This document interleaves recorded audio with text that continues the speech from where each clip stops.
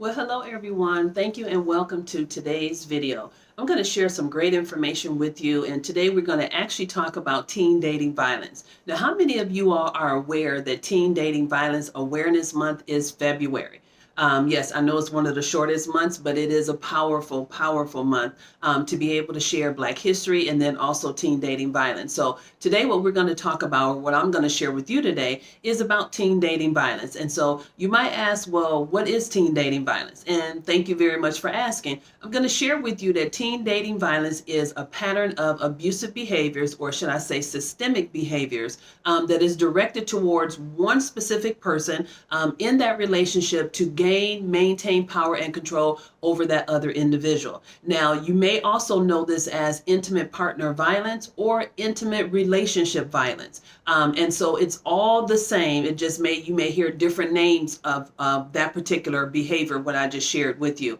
But what I'm sharing more about is the teen dating violence side of that. Now, most times people think, well, violence is only just directed towards adults in those relationships, right? And you may not necessarily look at it as deeming it as important because it's, children that are abusing another child or teens that are abusing another child. But however, it is very alarming. And let me just share with you some of the stats that I found, okay? So teen dating violence is actually 1 in 3 adults in the U.S. is a victim of physical, sexual, emotional, or verbal abuse from a dating partner, a figure that far exceeds rates of other types of youth violence.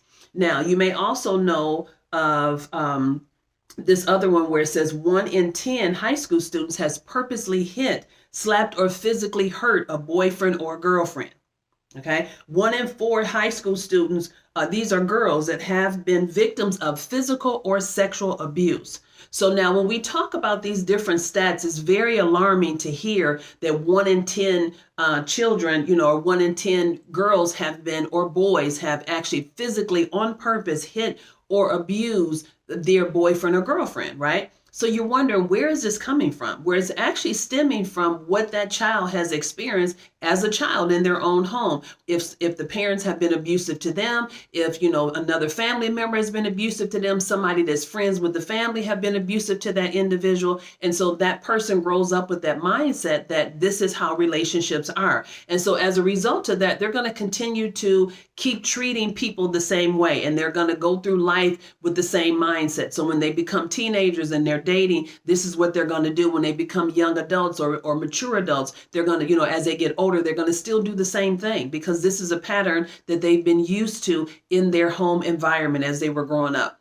So this is all that they know. And if they didn't see it in the home, maybe they may have experienced it around being around other family members, friends, neighbors, friends of the family have did this, and they think this is just the way relationships are. So teen dating violence is a big deal. It is something that you need to be concerned about, and I would highly urge you to definitely talk to your teens that you have, your young children that may be, from the age, we'll just say 7th grade on up, and maybe even younger. You still may want to talk to them even when it comes to bullying, because bullying actually is kind of like the beginning, is the precursor of going into teen dating violence, okay? So you want to make sure that that doesn't happen to your child, that they're not being bullied, and then as that goes on, that they're not being bullied to be in a relationship with someone, which goes into the teen dating violence, okay? So just kind of keep that in mind as you're having these conversations with your teens, with your young children. If you happen to be a grandparent, please reach out and talk to your grandchildren about it. Have a family conversation.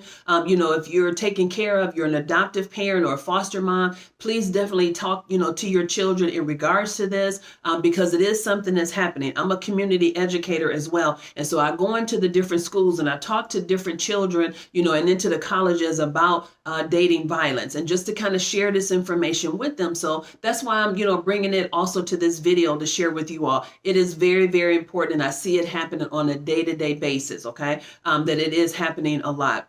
So now you may ask, well, what is teen dating violence and how can we tell the signs? Well, let me just share with you what are the different forms. So now it's physical, it's verbal, it's sexual, it is, emotional, mental, psychological. It's basically the same type of forms that an adult will go through. So when you look at domestic violence or teen or intimate partner violence, and you see all of the different forms, Teens go through those exact same things, with the exception of they deal with more cyberbullying than what we as adults deal with, but they still deal with it too. Okay, we deal with it as well, but teens get it a lot more because you know why? They're not living with their individual, they're not living with their boyfriend or girlfriend. Whereas with us, most times we're living with that person, or we have more access to that person because we're adults. We can see that person whenever. Whereas with teens, they're not able to see their boyfriend and girlfriend as much as they probably would like to, because of family limitations, or maybe the person may be active in some kind of a sports, whatever that may be. When they go home, they're going home to individual homes, right?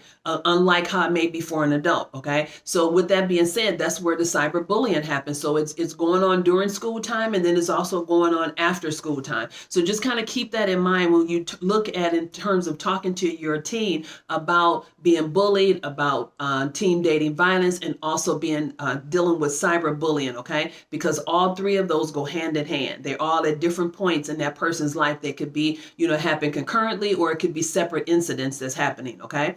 So just kind of keep that in mind. So what do you want to look for? You want to look for that child that may be unhappy, may be going through some depression, may not be as interested in going to school, may not be as interested as hanging out with certain kids at the school. Or you may have heard that they were in a relationship, now they're not in that relationship. Or while they were in that relationship, they seem very unhappy, very depressed, not engaging in activities with this individual, or maybe not even engaging in activities with you in terms of the family. And you're kind of wondering like, well, what's going on? Why isn't this person, why isn't my son or daughter, and stop saying person, but I'm just saying, why is this son or daughter not, engaging in activities or wanting to do things? Why have they changed? What's so different about this daughter of mine or this son of mine? And so you want to look out for those kind of signs that are happening with your loved one. And as you're going through that, you want to ask those questions, hey, is everything okay? Let me meet your friends. Let me meet the person that you're talking to that you say you like. Let me meet this individual. So that way you can get a feel for who this person is that has a relationship with your son or daughter. You should want to know that information. And if the child is keeping that away from you, that should be more of a reason as to why are you keeping that away from me? What are you trying to keep me from finding out about this individual? So you want to kind of ask those questions like, well, hey, what's going on with this person? And, just kind of watch the body language, watch the behaviors, and just kind of see what this person is doing, what they're saying, how they're responding to each other when they're together, when they're, over at your place and say maybe they're studying. How are they responding to each other? What's going on? Are they interacting with in healthy behaviors that you can notice, right?